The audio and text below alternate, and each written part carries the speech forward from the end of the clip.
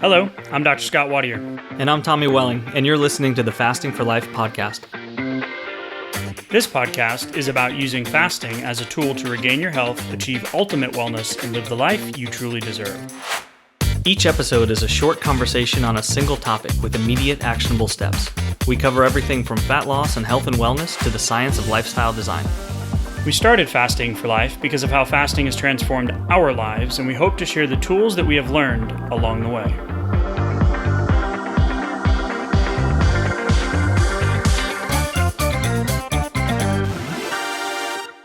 Hey everyone, welcome to the Fasting for Life podcast. My name is Dr. Scott Watier, and I'm here, as always, with my good friend and colleague, Tommy Welling. Good afternoon to you, sir. Hey, Scott, how are you?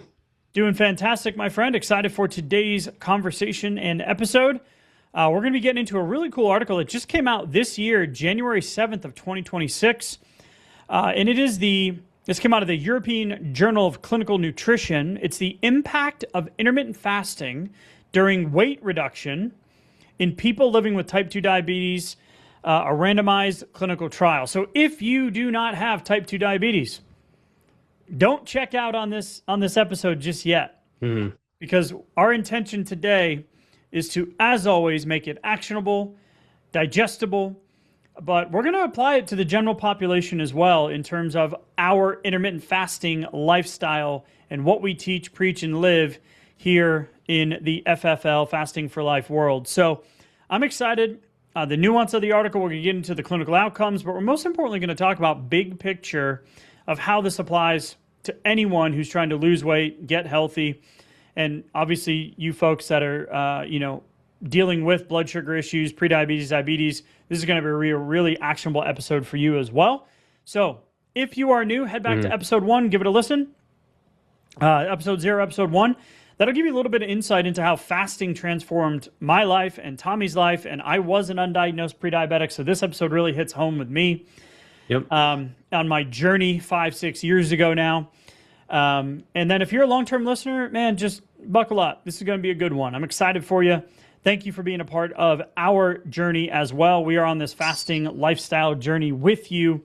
So grateful for you tuning in again this week. So, Tommy, with that kind of long-winded introduction, I want to set the stage of why this matters to each and every one of us.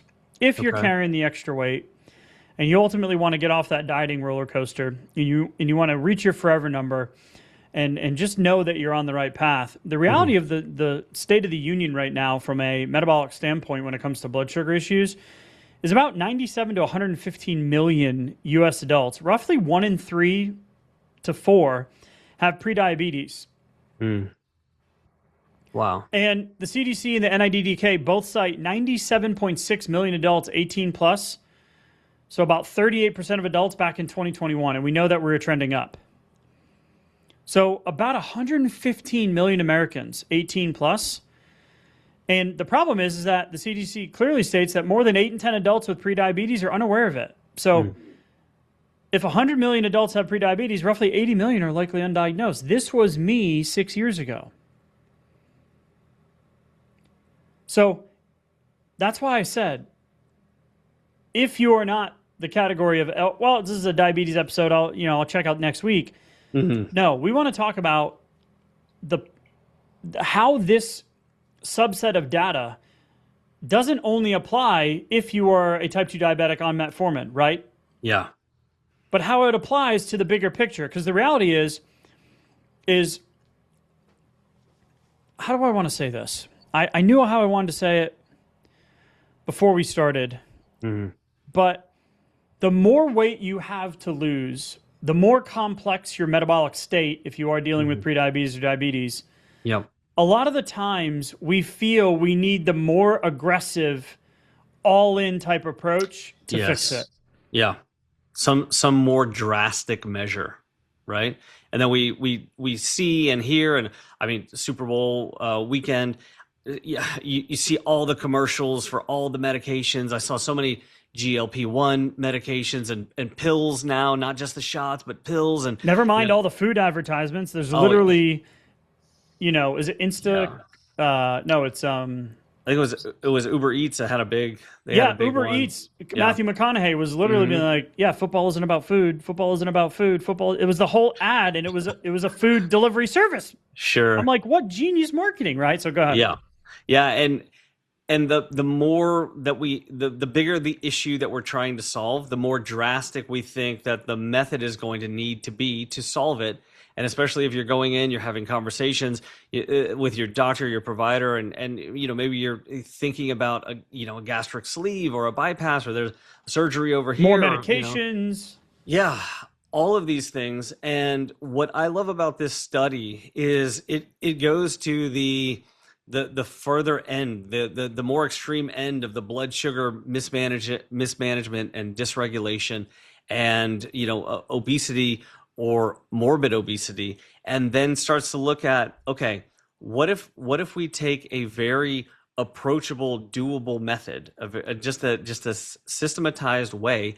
What are the effects going to be? And Yep. I love that approach with respect to fasting, because so oftentimes we kind of can step into fasting for whatever reasons, and a lot of times it has to do with dropping a few pounds or getting a little bit better, optimal blood work. Maybe the blood work didn't come back so well, right? Better blood sugar management. Exactly. Better energy. Less cravings. Right. All the stuff that goes along with carrying that extra weight over the years. And sometimes it can really feel like, especially as you get more experience with fasting, that, well, in order to get the needle to move, I'm just going to have to do a longer fast. Like the needle only moves if I go beyond 24 hours, or insert whatever self-talk, whatever, kind of story you have right here. And sometimes that's the case for real, but sometimes it's just, it's a matter of slippage and fasting fatigue and just frustration and too much information, right? Too many inputs. It can definitely fall into that category. So I like this study for a lot of those reasons, where we get to see how does the needle move even in some of the worse off patient population, because any level of blood sugar mismanagement is just a step along a trajectory. So it's not that these people are so different than you if you don't have diabetes. It's that they're much further along potentially on the blood sugar mismanagement, but that doesn't make it less reversible or less fixable, right? With some of the same methods. So that's where I love the connections and the parallels here for anybody listening. We just talked about, oh man, I need more strictness, I need more fasting, I need more intervention, I need more of that aggressive type strategy. Well, this study is really a nice counter narrative to the I need the extreme measure mindset. Exactly. Right. Yep. And I did the same thing. I hired a really expensive, very well-known functional nutritionist here in Houston when I was struggling, and before I knew I had insulin resistance, and was technically an undiagnosed pre-diabetic, even though my A1C and my FBS, my fasting blood sugar, or FBG, fasting blood glucose, was still within those normal ranges. Yeah. Well, I hired him and we did a 6-month intensive. So I even fell into this mindset, this trap, right? More restriction, more. And we really want to encourage you that is not the case. So let's go over the outline of the study. This population was 99 adults, 21 to 60, in the obese BMI category, 30 all the way up to 50. So now we're talking about people that have a significant amount of weight to lose. Sure. Now remember, this is going to be a very, very, very low. So comparing the more high intense, invasive, aggressive things we just mentioned, this is going to be a very low intense kind of wading into the kiddie pool type approach. Yeah. And it's really cool. We're going to highlight some of the things we would love to see different about it too, to get better outcomes, even though these outcomes are really good. Right. So BMI 30 to 50 with type 2 diabetes on only metformin. So no insulin interventions here. Okay. For at least 1 year. So no insulin or anti-hyperglycemics. And this study was mostly in women, 96% female, which was really cool. So it was 12 weeks, single-centered, randomized, open-label trial in Cairo, which was really cool. And there were two groups. There was the intermittent fasting plus caloric restriction group versus just the caloric restriction group alone. Both with identical macronutrient targets. This is where we preach a little bit different here, but this was 45% carb, 20%. Now, it's a diabetic study, so some of you are already going, wait a minute. The recommendation was 45% carbohydrates? What? 20% protein, and 35% fat. This is one of the better studies, Tommy, that we've seen. And we've noticed this trend over the last couple of years. Yeah. Because earlier studies would have 50 to 55% carb, Yep. 10 to 15% protein, and Exactly. typically 30 to 35% fat. So I love the fact that we're starting to see more studies. And we did a bunch of them back in the beginning of 2025 in January of protein-based studies. So this protein number, this 20% protein number, and we're going to talk about this with the body mass changes and the lean body mass and the fat mass and all the weight loss that was seen.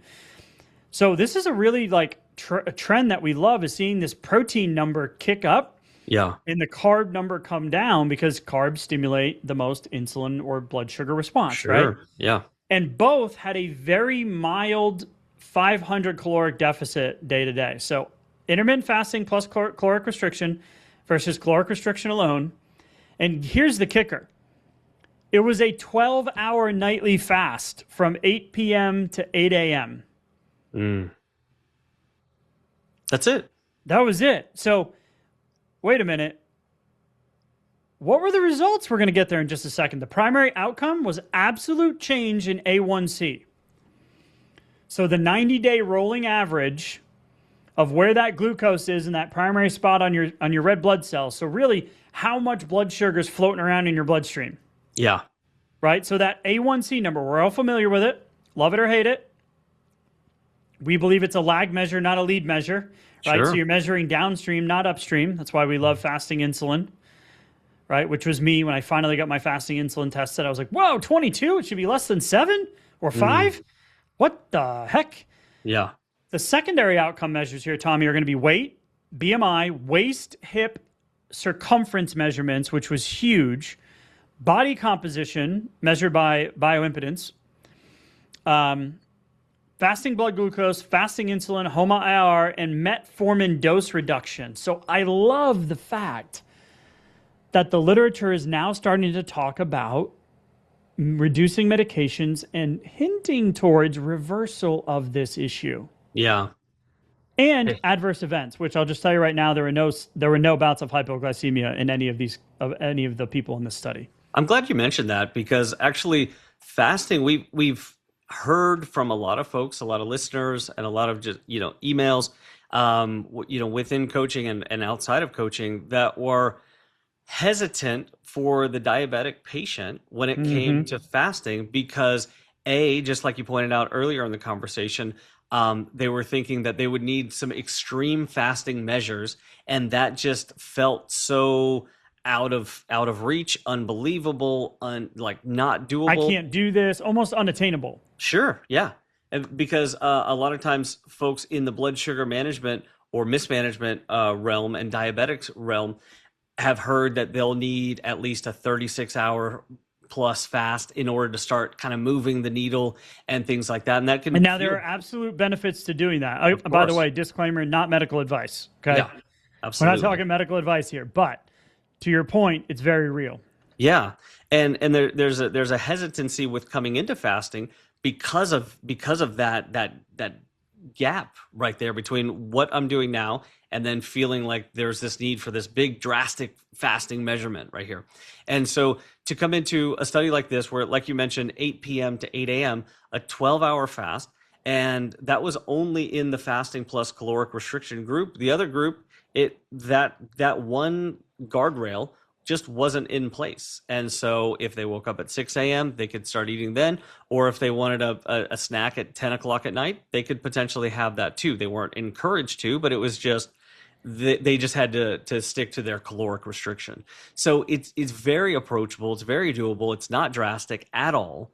But then to see things like A1C start to move, to see visceral fat start to move, and then to also note that this is going along with, like you said, 20%, roughly 20% protein, where we know that's a big lever. We could start to really kind of change the trajectory of the results with a little bit better macronutrient optimization, for example, too. Yep, absolutely. So let's get into the results. Okay. So same calories, different timing. What changed? And if you guys have been fasting, right, 12 hours. I mean, we're talking like kiddie pool, right? When it comes to fasting, like a very easy lever in terms of implementation, right? Absolutely. 8 p.m., 8 a.m. So weight loss, the intermittent fasting group, and Tommy, I know you have the numbers in total in terms of weight loss. So IF plus CR was a reduction in 6.51% in weight, and the CR group was 4.4%. Wow. So in terms of pounds, what was that, Tommy? Well, you had about a 9-pound drop in body fat mass for the intermittent fasting group, and about a 6-pound drop in body fat for just the caloric restriction alone group. And remember, that's with the exact same calorie deficit across this whole time. So a 50% better body fat mass reduction for the IF group.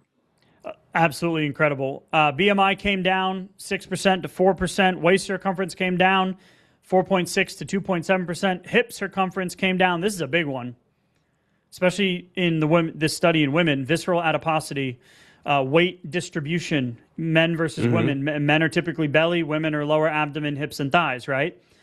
Hip circumference here in the IFCR group was 3% reduced versus 0.8. Wow. In the just CR group. Wow. And then you just mentioned the body fat mass reduction as well.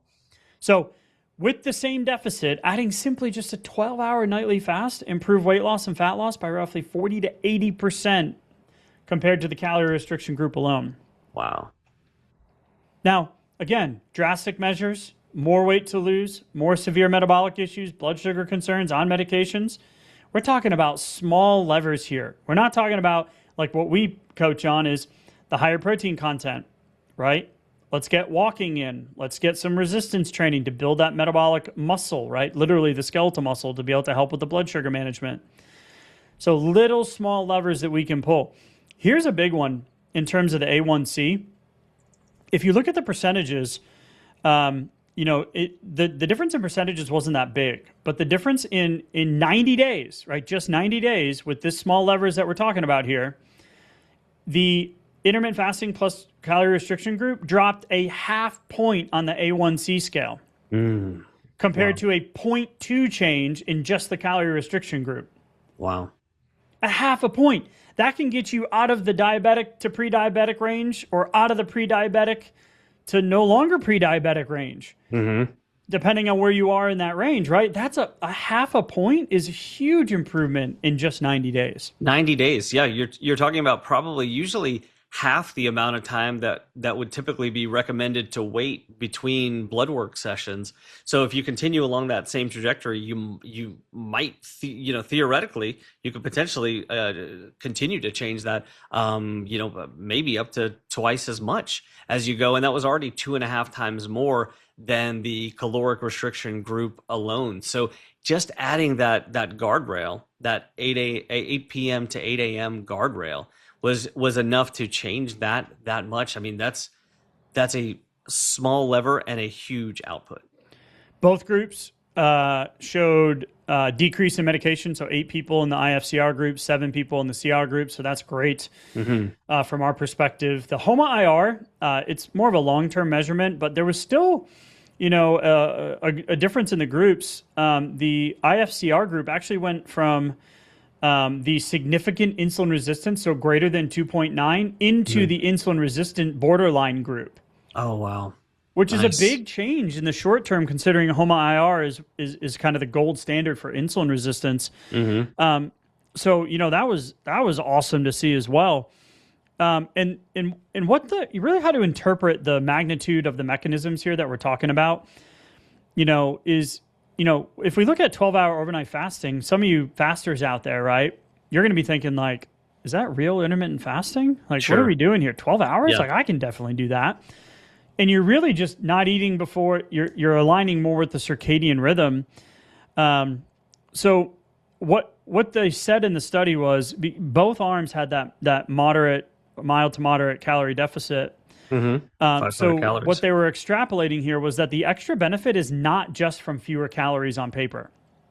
So some plausible mechanisms here, and we're going to talk about the nighttime one for sure, is really better circadian alignment, right? So our body is designed to wake up. Cortisol, norepinephrine wakes us up. Our body gets some blood sugar going, gives us some energy for the day. As the day goes on, our cortisol levels will drop and our melatonin will rise, which allows us to get good, restful sleep, right? So by putting these boundaries of 8 a.m. to 8 p.m., it really could possibly, so we've got that better alignment with circadian biology, that cortisol rhythm, fasting overnight, eating during the day. It's going to reduce that late night eating and grazing opportunities, right? So many people report when they fast that sometimes they have a hard time closing their window in the evening. Sure. And that sets up a potential sleep disturbance and then less metabolic flexibility the next day. So one of our plausible mechanisms here is that, you're not eating at night when your insulin sensitivity is low. Right. Right. And then, Tommy, we talk about this often. That's a small change after 8 p.m. It's not about the calorie. It's about what your body then does and not allowing you to get into that restful repair kind of battery recharge state. Right. Yeah. The battery recharge analogy, I think, is a good one, because any jobs that you give your body to do, digestively speaking, it's going to have to change gears, and that gear changing doesn't just rebalance before bedtime. Even if it's a relatively small amount of food, your biochemistry has to change, and then you can't get into the same amount, the same quantity of restful, restorative sleep going into the next day. So what that means is your actual recovery is lower the next day, which means insulin sensitivity is actually lower the next day. Leptin and ghrelin, you have more of an imbalance the next day, which means cravings are off. You might be a little sluggish, a little more tired, which oftentimes means we tend to chase that maybe with a little bit of caffeine, but also we know that if we get some food into the system, that oftentimes that'll kind of change our state a little bit too.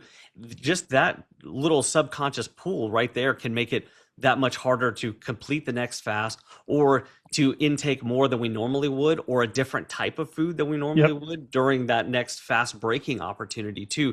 And that's where one decision and one fast and one night's sleep leads to changes the next day, and those changes really do continue to add up, like links in a chain. They're all connected right there, and we can see the same thing within this study, where when we put up that guardrail, and you see a level of results that are a little bit surprising, to the positive side. Like where did some of those differences come from? They're the same number of calories, and it's not all that restrictive, right?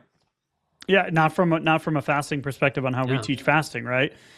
So really just the plausible mechanisms, and then we're going to talk about, we just alluded to some of them, is those possible changes in insulin dynamics, your hepatic glucose output, your leptin adiponectin signals for hunger cues.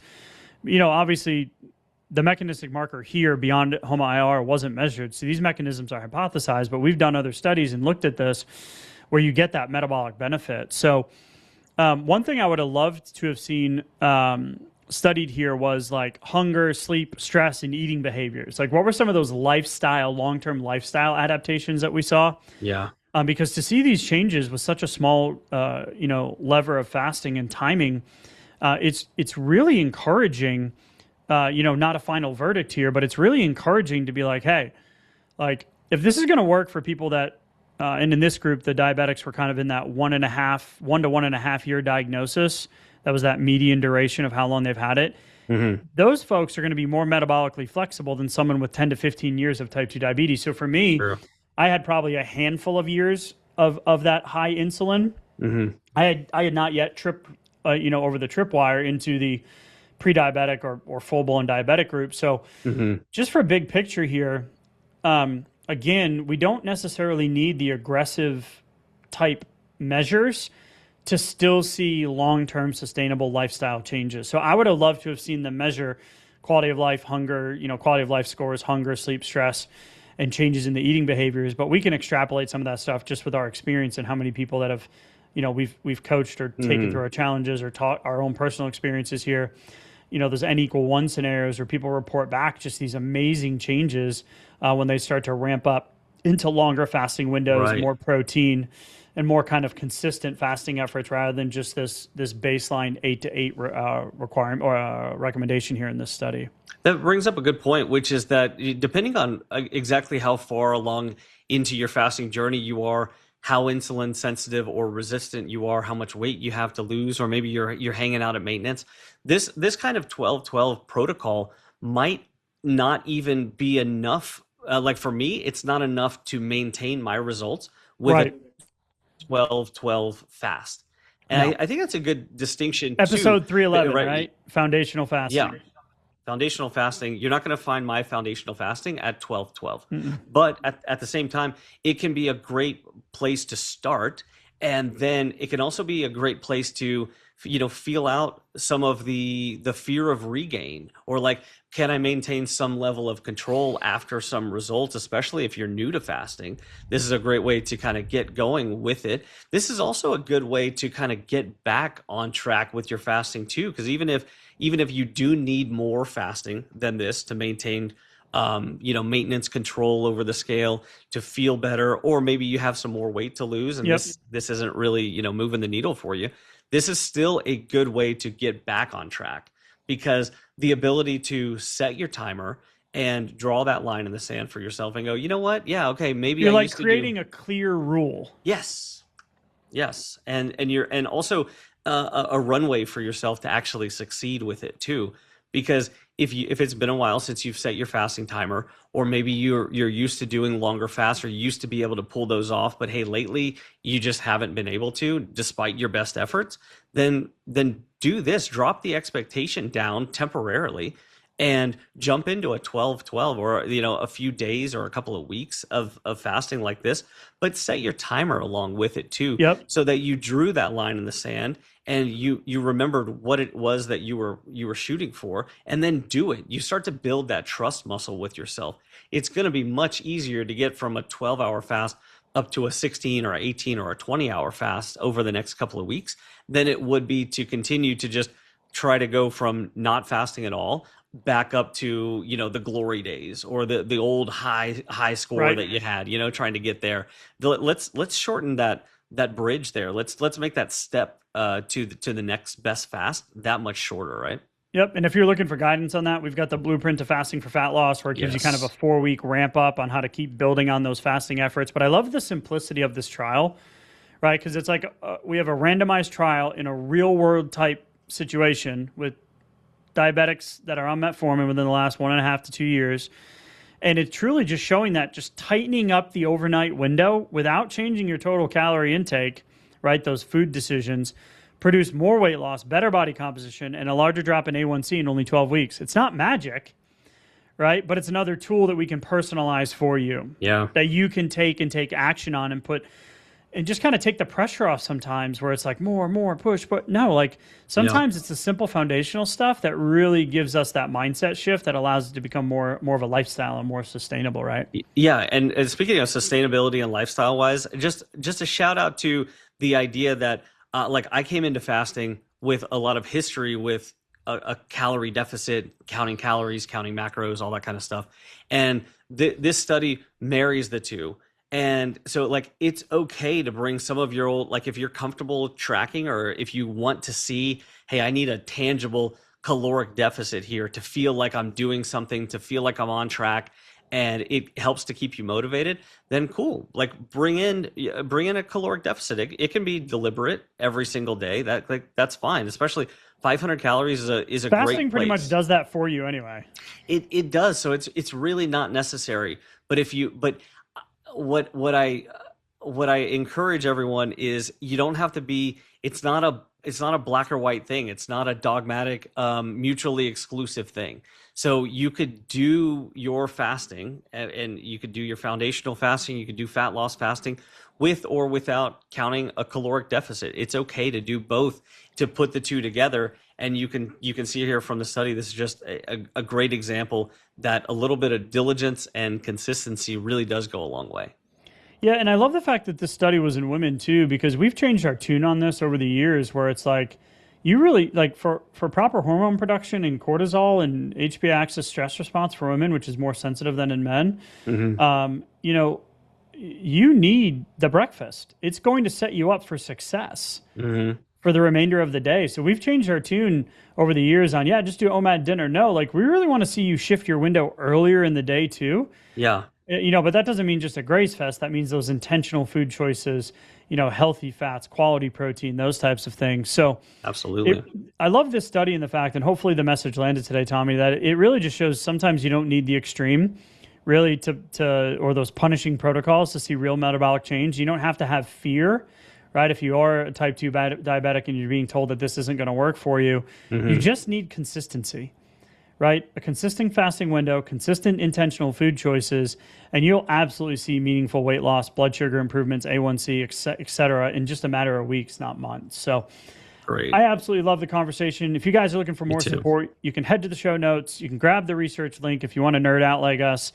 You can grab the blueprint to fasting for fat loss. We're here for you. We're on this journey with you. We want to encourage you. We want you to know that it is doable and that we're absolutely here to help, Tommy. So, man, as always, I appreciate the conversation so much, and we will talk soon. Thank you. Bye. So, you've heard today's episode, and you may be wondering, where do I start? Head on over to thefastingforlife.com and sign up for our newsletter, where you'll receive fasting tips and strategies to maximize results and fit fasting into your day-to-day life. While you're there, download your free Fast Start guide to get started today. Don't forget to subscribe on iTunes, Spotify, or wherever you get your podcasts. Make sure to leave us a 5-star review, and we'll be back next week with another episode of Fasting for Life.